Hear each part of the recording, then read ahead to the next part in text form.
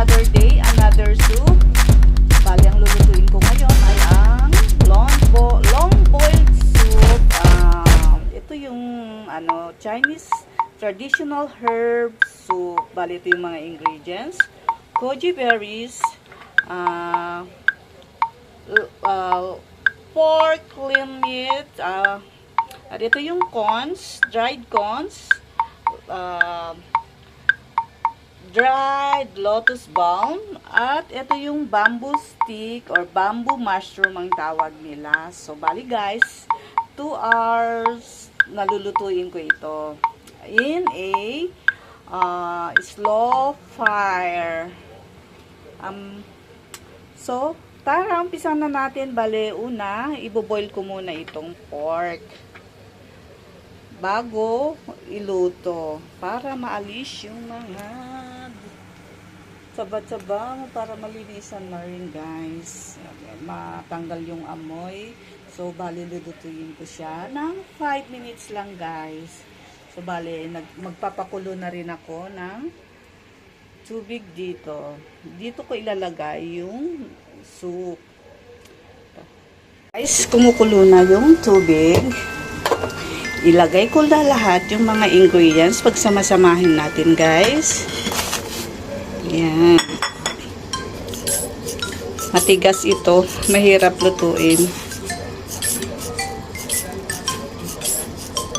Bali, hinugasan ko muna bago ko ilagay sa lutuan.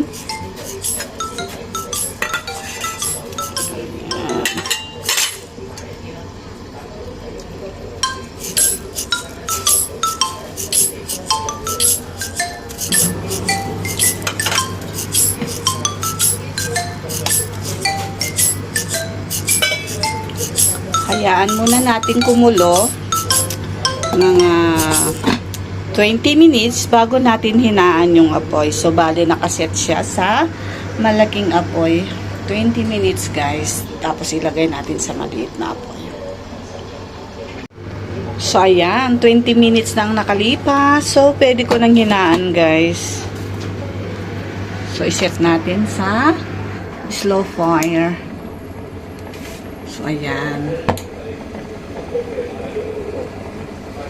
So, ang oras ay 3 o'clock. So, matatapos ito ng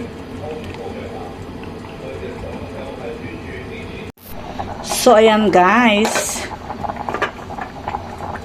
Lagyan na natin ng asin. Kasi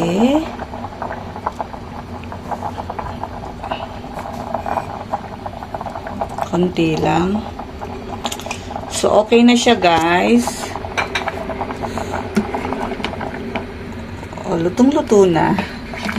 Saka, nag-change na yung, tignan nyo yung sabaw.